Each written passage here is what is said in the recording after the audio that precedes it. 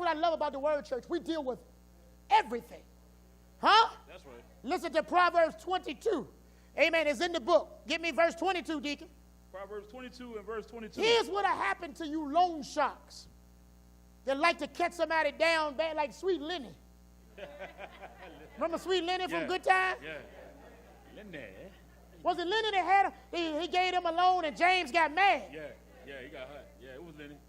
And boy, they owed their life behind that, didn't they? Don't forget the I thought I'd get y'all smiling. Amen. The encyclopedia man. The encyclopedia man. That's another one. Coming in. Notice always in good time. In the middle of the projects. Give me the book. Come on, Deacon. We got to move. Proverbs 22 and 22. Listen. Rob not the poor. Oh. See, we find Bible for what we teach here. Rob not the poor. How do you rob the poor? Because he is poor. Oh, see that? That's the thing right there. You're able to rob him because he's poor. That's right. Because he need or he wants something. That's right. When you ride down there, I'm not a player hater. I ain't knocking nobody hustle. But I'm going to help my people. If you come to the Word Church, I'm going to tell you what's straight. That's right. I would be less than the past. When you go down on Chamberlain Avenue and you go to these places and they got these big luxury cars, and you ain't got to have no job, no credit, no nothing. I know the dude, so I'm telling you. When you know them and they give you a car and let you ride off and they waiting to come pick it up, and you already done paid for the car and your down payment. But now you got to pay 3 more years. Yeah. Low jack. And then your interest rate is over 20-something%. Yeah. And then the car not going to last either. Not the whole term. Then you responsible for the rest of it. See, Pastor, we are on Sunday talking about this. Yes, I care about you, and I want to make sure you get it. If I'm teaching this, it is because it's going on. Is this going on? That's right. What the Bible say, Deacon? Rob not the poor. Because, He come is on. poor. Listen. Neither oppress the afflicted in the gate. Yes. Keep going to 23. For the Lord will plead their cause. Oh, because eventually, you think you getting over? I got news for all you loan sharks. God going to plead somebody's cause soon. That's right. You know what that means? He going to deal with the one that's taking advantage. And spoil the soul of those that spoiled them. Oh! And he going to cause you to lose where you made them lose. That's right. One of the first ways you can curse your finances is to go around looking for people that's hurting to take advantage of them. I got to keep moving. I need you to get this. Amen. Is that 23? Amen. Listen to the book. Now, read 23 again, Dick. For the Lord. For the Lord. Will plead their cause. Come on. And spoil the soul of those that spoiled them. Now, when you're dealing and your heart is right in business, you look for opportunities to make money. You don't go in business not to make money. That's right. Okay? And there's no harm. And let me say this to people of color first, and then second to all other people. Stop trying to get a hookup from us. Yeah. You don't go to Louis Vuitton and go in there and tell us something, look out for a sister. They don't like you. You're going to pay that $400 for that belt, and you ain't going to open your mouth. Yep. They don't like you. Only do we go into our little businesses that's barely making it and think somebody ought to give us something for free. Come on now. You can't stay in business like that. Come on, I need you to get this. You cannot stay in business like that. That's right. Huh? That's right. Deacon, you better get me Proverbs 20 and 14. Proverbs 20:14. I want to talk. Here, now, when you're doing business, if you're selling, even if you're not a business owner, but you're doing some type of transaction, maybe you do like I do, buy cars and sell them or whatever you do. You got to be careful that you don't have a street mentality. That's right. That you are out to make money. You don't want to overpay for something, and you do want to make a profit. Come on, that's business. That's right. But you're not looking to try to swindle. That's right. When you got Jesus. All in the heart. That's right. It's all about the heart. When you check the heart, right. you won't make those mistakes. Right. Now, here's what we do when we're in the street, when we hustle. We go in. You got a car for sale, huh? You got a car. And I use my father because you ain't going to get nothing from here unless he wants to give it up for sure. I'm going to tell you everything wrong with your car that I'm buying. See, that's number one hustle. Yeah. You want my car that you're talking about. You want the car that's mine that you're talking about. Trying to dog it. Now, after I done dogged your car that you're selling, Let me tell you what I seen my daddy do many days. He don't care. You can't move him.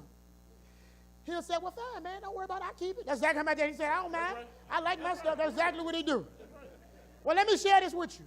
Watch for people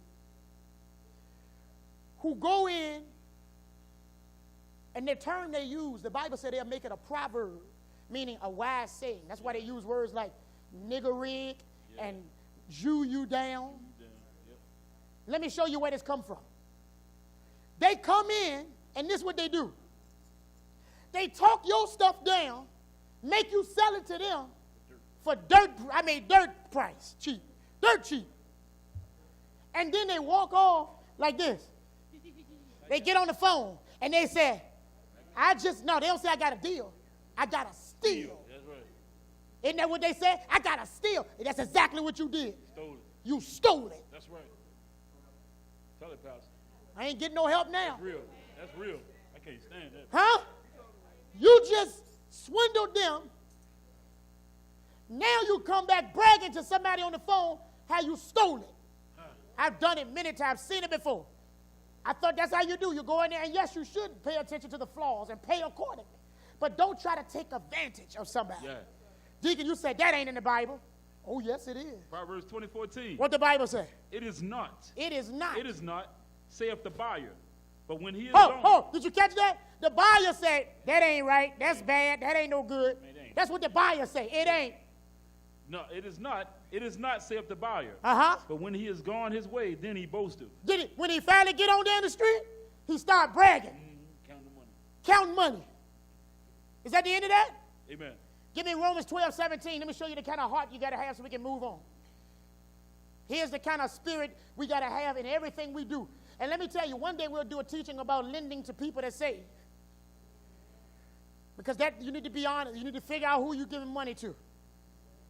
You giving money to people, and you know they got a bad track record, you might want to consider loaning it to them. That's right. If you can't give it to them, consider loaning it to them. Do you understand why I'm telling you this? Because if that's your brother or sister in the Lord, that could cause you and your brother to be at odds. So if you know you got somebody they don't never pay nobody back, don't loan it to them. Because loaning it to them is going to make you upset that they're trying to play you. Yeah. And you know how people do when you loan them money? They real sympathetic when they asking, but when it's time to pay them back, they tell me something, it ain't nothing but $10, my God. Well, if it ain't nothing, give it up. That's right. That's right. That's what I was going to say. Yes, sir. Give it up. That's right. We preach everything here. That's right. That's balance. We preach, that's balance. That's balance. What I'm telling you is this. It's better to save your relationship with your brother and say, I'm not able to loan that to you. Let me see what I can bless you with. That's right. Or if you're going to loan it, in the back of your mind, already say in the back of your mind, I ain't going to get it. Yep. And I got scripture that say that too. Because if you start talking about, I'm going to get it back next week, you're going to be coming to church going this way while they're going that way. Can't pray for them, mad with them and talking about them, and y'all know I'm telling the truth. Am I telling the truth? I'm telling you, you want to, listen, I learned this is wisdom. I learned this a long time ago. You want to get somebody out your life, loan them $20. You want somebody out your life, loan them $20. They'll get missing and duck you like you never been ducked before. Duck you like bullets flying. Come on, Deacon, Romans 12:17, I got to go. Recompense to no man evil for evil. Yes. Provide things honest. Provide things honest in the sight of all men. There you go. Whatever you do, be a person that's honest. Romans 13. What the Bible say, Deacon? Verse 8. Come on. Owe no man. Hurry up and find ways to keep owing people. Owe no man. Then run off and get missing. There you go. Owe no man. Owe people, then disappear. Owe no man anything but to love one another. That's what you owe me. Love me. That's right. Are you listening today? Amen. Yes, sir. Get that, Deacon. Come on, we got to move. Amen. And if ye lend to them of whom you hope to receive, yes, what thank have ye? For sinners also lend to sinners, yes, they to do, receive as much again. Yes. Amen. They do the same thing. Amen. But love your enemies. But do what? Love your enemies. Oh, yeah. And do good. That'll work. And lend. Come on, Deacon. Hoping for nothing again. Hoping for nothing again. And your reward. Did you see that? Amen. That's exactly what we just told you. When you give to them, some people you got to give it and say, man, I might not get it back. If I get it back, act like somebody gave you something. Amen. And your reward shall be great. And your reward shall be what? Great. Now, as a pastor, we different here. Some people come from a place of a background where they had to get over. So they have to be taken out of that mentality. There are some people that come to the Word Church looking to try to shake people down for money. And when I found out about it, I started warning people. Don't let nobody shake you down. That's right. New members come in, they start coming, you know, I got a need, I got this, I got that. They ready to shake you. They done shook everybody else. Yeah. We're not going to have it here. Burn their bridges. We're not going to have it here. Amen. You know why? As a pastor, I know that money causes people to hate each other. Yeah. I cut down on all the foolishness, and we ought to just be able to be a what? A blessing to each other. That's right. Amen? Amen. Are y'all all right that we teach this kind of thing Amen. today? Amen. Give me the next question. I got to move. What does it mean to be born again? What does it mean to be born again? How do we know if we are born again? It's been a long time since they asked me that. What does it mean to be born again? And what? And how do we know if we are born again? Quickly, what does it mean to be born again? Somebody tell me. My God, you know we're going to put a twist on it that the other churches cannot. I want you to get this. What does it mean to be born again? Born without the nature of sin, but unto God, the nature of God. Give me another one, brother. Believe in God. Give me more. Obedience of God. Come on. What does it mean to be born again? Well, first of all, let's just use with the words that are provided. Born again. Everybody here that's living and breathing, you were born once. That's right. Can I just talk regular to you? Amen. If you were born once, you were born in the flesh to your mother. Amen. That's your birth, your first birth experience, and it's called natural. For the Bible teach, first comes the natural, then comes the spiritual. Amen. So I'm first born to natural, or by natural means, and then I need to be born again. Jesus told Nicodemus, verily, verily, I say unto you, except a man be born of the water and of the Spirit. He said, watch this. He said, well, how do you do it? Do you get back into your mother again? 6'4", 6'5", do you crawl back into your mother? That's what he wanted to know. You can't understand spiritual things. Right. Now, because I got to move, I'm going to do this quick. Here's what has to happen. Our communication and fellowship with God can only be in spirit. Everybody says spirit. Spirit. God is what? Spirit. Spirit. He is not flesh. Amen. God communicates and has access to us, or whether we have access to him, by way of the what? Spirit. When you are spiritually dead, you have no life. Anything that's dead is not living. That's right. You need to be reborn. But this time, not of natural, but of spiritual. John 3. What the Bible say? Come on. 6. Listen. That which is born of the flesh is flesh. And that which is born of the spirit is spirit. See that? That's born again. Get it? You're born once by flesh, and now of the what? Spirit. Well, hold on, Pastor. What you mean, born again? I'm born again, meaning I'm birthed anew. Now, you asked the question, how do I know if I'm born again? Is that what they asked? Amen. Now, let me tell you this. Nobody in this room is born again past tense. You didn't hear what I just said. Nobody has already been completely born again. You say, well, Pastor, well, that's what we say. We say we've been born again. I know what you mean. But nobody has been born again past tense. Every one of us, that's right, every one of us is being born anew. Amen. Huh? Amen. Romans 8. Listen to the book. Chapter 29. What the Bible says? Chapter 8, verse 29. Come on. For whom he did foreknow, he did. He also did predestinate to be conformed. Yes. To the image of his Son. Now let me tell you why you got to be born again. Because you're spiritually dead. Now let me tell you about, everybody said dead. Dead. The young kids said that's dead, right? Yeah. Let me tell you about dead. It don't matter how close you are to somebody. If they're dead, you couldn't be any more further away from them than being dead. Y'all didn't catch what I just said. If your loved one dropped dead and you don't want to let them go, you can request for them to stay in your house and let them lay in the bed beside you.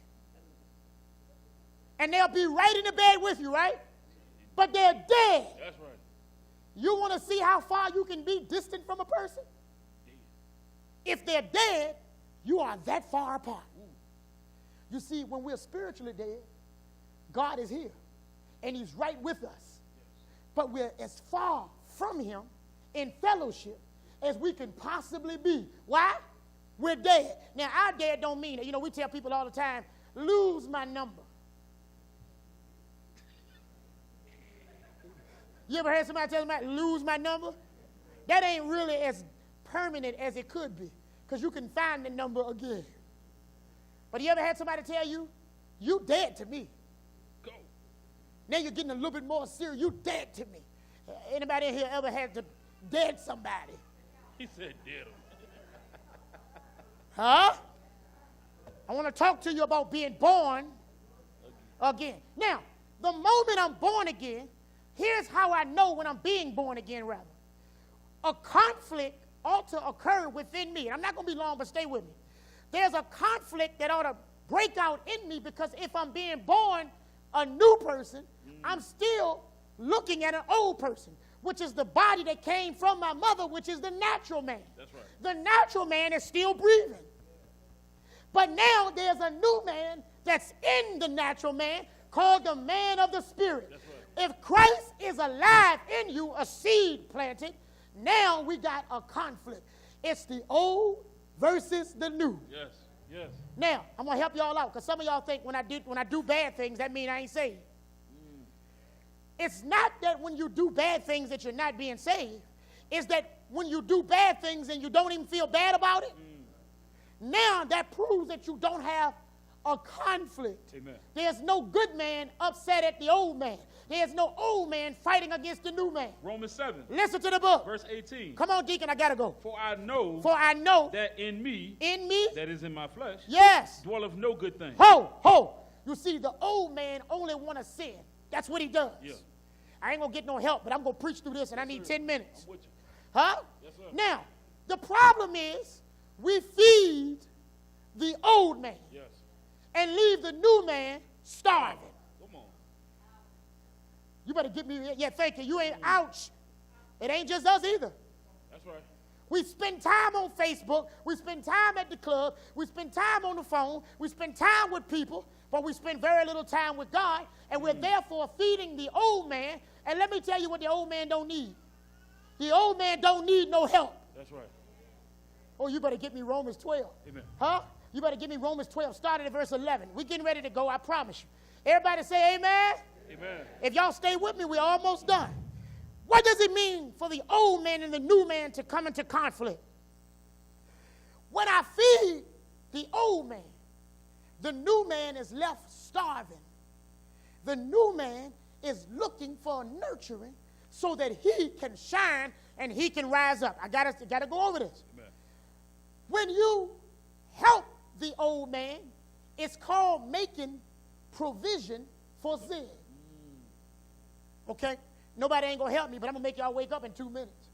All right? Come on, Deacon. Start me at verse 11. We got to go. Romans 12 and 11. Listen. Not slothful. Not slothful. In business, fervent in spirit. Yeah. Serving the Lord. Serving the Lord. Rejoicing in hope. Uh-huh. Patient in tribulation. Yes. Continuing instant in prayer. Yes. Distributing to the necessity of the saints. Giving to hospitality. Bless them which persecute you. Bless. That's 12 and 11? Amen. That's not what I need. Find me quickly. I want you to find me where he says, make no provision. Romans 13. 13. Now go back to verse 11. Verse 11. Listen to the and book. That, knowing the time. That now it is high time. It's what? High time. You know what high time is? It's time to get it together, y'all. Yes, sir. Amen. Uh-oh. Come on now. Come on. It's high time. To awake out of sleep. To get out of your sleep. That's right. For Come now on. is our salvation nearer than when we believed. Salvation is nearer than what we thought. Come Praise on. God. Amen. Listen. The night is far spent. The night is far spent. You done had a good time. Some of us are 40 and 50 and 60 years old, still trying to act young. Washed up. You washed. It's over. Yeah. It's over. It's over. You need somebody to come and tell you the truth. You don't look the same in that dress. You don't look the same in that suit. When you take your shirt off for the gram or Facebook, it don't do the same thing it did back then. You know what? The night has been far spent. And the day is at hand. And the day is at hand. Let us therefore. You can try to hide all the grays, cover the bald spot, lay it down. That's what we do. But one thing you can't trick, one thing you cannot get over on is time. And everything in here is getting old. Yeah, buddy. Yes. Yeah, buddy. Oh, yes. Yeah, buddy. Time now we're walking around black on top and gray poking out of our shirt. Taco meat. You think we don't know you gray? Great taco meat. Some of us 60 and 70 years old still going to the juke joint. Sit down somewhere and be a mother. Be an elder. Your day is over. Kick over and let the young people go through something. I preach the truth today. Are you hearing me? Huh? Amen. Read, Deacon, we got to go. The night is far spent. The night is far spent. The day is at hand. And let us therefore cast off the works of darkness. so what we ought to do? Cast off the works. What you mean? Put away the stuff we do of darkness. What do you mean of darkness? Oh, I'm going to talk now. What do he mean cast off? First of all, let me tell you this. You can't cast off if you don't have the Spirit of God. Yeah. So he's talking to saints. He's not talking to sinners. Because sinners don't have the ability to cast off. What gives us power to cast off is the Spirit of God in us. That's right. Cast off. The works of darkness. Now what? What's work of darkness? Sin. Yeah, but that's the quick answer. What do he mean? Why does he use darkness? Because everybody in here got a secret. And darkness represents the stuff you do. Because you know we tell some stuff in testimony, but don't nobody in here tell everything. I'm as garrulous as anybody. I talk and run my mouth about me all the time, but I don't tell y'all everything. Tell them everything, they'll kill you. What is your secret today? Your secret is the works of darkness. And why does he say work of darkness? Because it's the thing you do, and many times you think that you're getting away with it, or you think that nobody knows. Yeah. When you're putting on your church smile. Come on now. Huh? Come on now. What will you do, preacher, when we see you cussing your wife out, pastor? Oh. See you going home raising hell to your, come on, deacon. Come on. You smiling with your suit on, elder, preacher. Then go home and treat your wife like a dog. Work of darkness. Work of darkness. You a woman, a mother, a sister, a minister. Talk to your husband like he ain't nothing. Then come back talking about what the Lord said. That's a work of darkness. What did he say? Let us cast off the works. Hey, I like to laugh. We can laugh, but I'm telling you, this is for real. This is real. Yes, sir. Now, I need you to laugh so that, see, the laughing, because sometimes they tell me I am funny, but listen, again, laughing is just kind of like anesthesia. But we got to do surgery. Are you listening? Yes, sir. Come on, deacon. Let us therefore cast off the works of darkness and let us put on the armor of light. Ho. Now, why does he say, now you see, why does he say put on the armor of light? Because now I'm going to be doing, listen, I'm going to do things that is wrong. It's still a struggle. Anybody still got some stuff wrong? We're not saying you're perfect or got to be perfect now. What I'm saying is if I'm going to be imperfect, the least I could do is shine a light on myself. So when I'm walking, I make sure that I don't never get too comfortable easing by in darkness. Right. Why? I put the light on me. I'm in the armor of light. Yes, sir. Amen. And let me tell you something. Sin is a funny thing. James chapter 1 tell you that. I know how to wake you up. Did you know the first time you commit a big sin, it's hard? Okay, y'all, nobody said amen. Every time y'all get quiet, will make you pay. The first time you cheated on your spouse, it was a real issue. It was a thing that really you struggled with. Didn't the Bible say it yielded? And when you yield, it became a little easier the next time. Pretty soon you're making arrangements to go and cheat. Whoa. And the next time, Whoa. because sin suffocates and it grabs you tighter. But as you give over to it, it causes you to be what? Open to more sin. That's why it's important that when I sin, I shine the light. That's right. Stay under the light, because when you start working in darkness, then you start slipping and sliding. Come on now. Yes, sir. Come on, deacon, I got to go. Amen. Let us walk honestly. Let us walk whole. Now, what does that mean? That don't just mean if somebody drop $1 and hand it to him. That does mean that, but that ain't what he means. What does he mean by that's not just what he means, or that is not what he means only? Here we go. What does he mean when he says, let us walk honest? You say you're a believer. I say I'm saved. I'll say I got the word at the Word Church.